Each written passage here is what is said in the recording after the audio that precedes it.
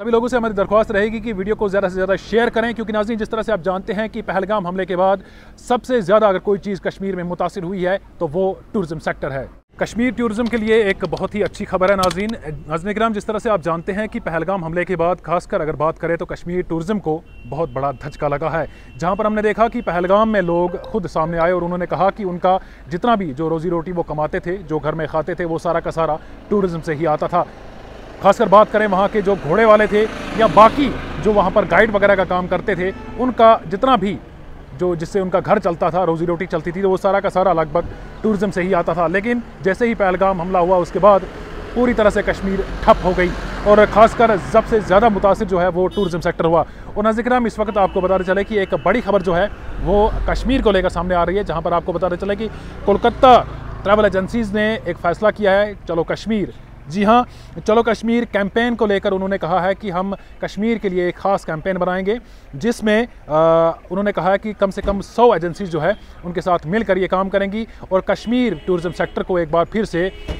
जगाने की कोशिश की जाएगी। नाज़रीन, आपको बताते चले कि एक रिपोर्ट के मुताबिक जो कोलकाता ट्रैवल एजेंसीज है उनके पास हर साल कम से कम 4 लाख टूरिस्ट आते हैं, जिनमें से कम 40,000 लोग जो है वो कश्मीर आते हैं। इस साल की अगर हम बात करें तो इस साल जैसे ही टूरिज़म का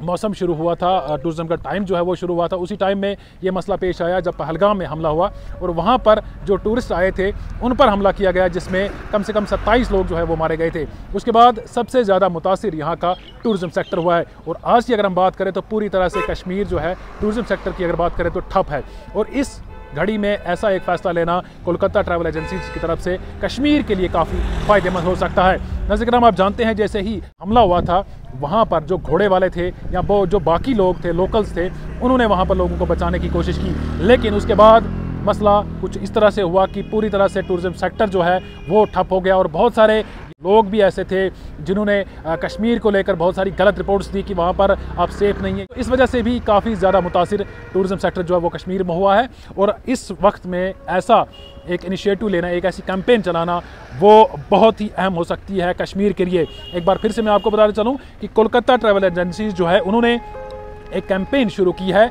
जिसमें 100 से ज़ायद ट्रैवल एजेंसी जो है वो साथ मिलेंगी और चलो कश्मीर कैंपेन को लेकर वो कश्मीर आएंगे और कम से कम इससे कश्मीर का जो टूरिज़म सेक्टर है उसको कहीं ना कहीं बढ़ावा मिल सकता है। सभी दोस्तों का हमारे साथ जुड़ने के लिए बहुत बहुत शुक्रिया। अभी के लिए इतना ही, दीजिए इजाज़त। अल्लाह हाफ़िज़।